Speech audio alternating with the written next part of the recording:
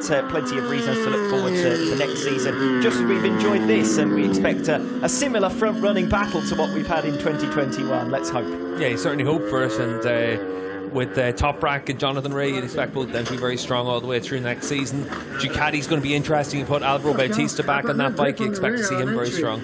And we even hear rumblings that if Toprak can manage to seal the World Championship, a certain Mr. Sofoglu is pushing for there to be a Turkish round back on the calendar, and would certainly like to go back to Istanbul. Yeah, Istanbul. Of course, it's been gotten ready for World Championship action again, with Formula 1 returning there last year, so the track looks like it'd be still a fantastic place to go racing, and certainly the atmosphere will be something else. So with a bit of luck, that's something that can happen in future, because the Turkish fans definitely want to be able to see Toprak on a superbike, Can Oncu, Bahattin Sofoglu as well. There's a lot of good young riders coming through in Turkey.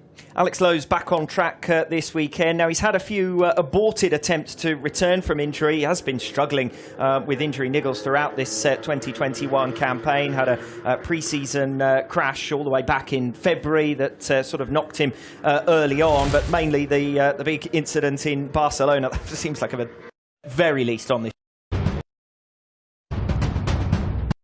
And that could spring a bit of a surprise over the course of the weekend, but really for everyone, this is President Joko Widodo, who was also on hand to inaugurate this circuit last week.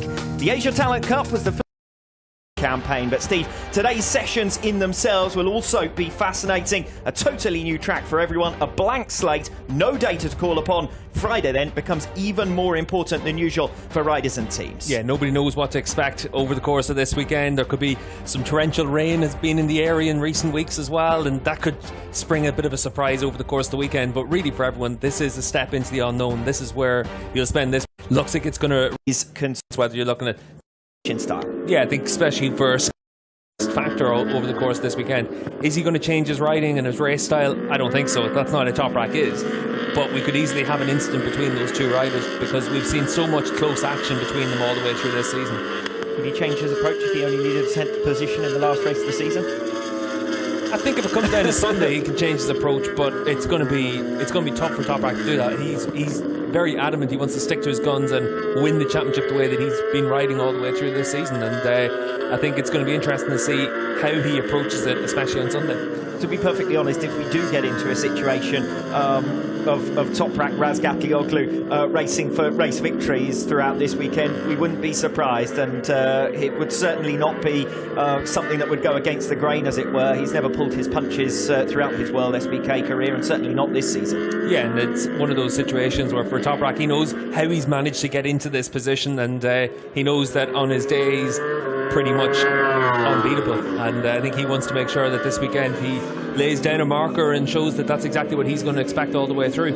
If anything, he's added an extra level to that since Assen in particular, a weekend where he was caught in the garage saying that's it, the championship's over.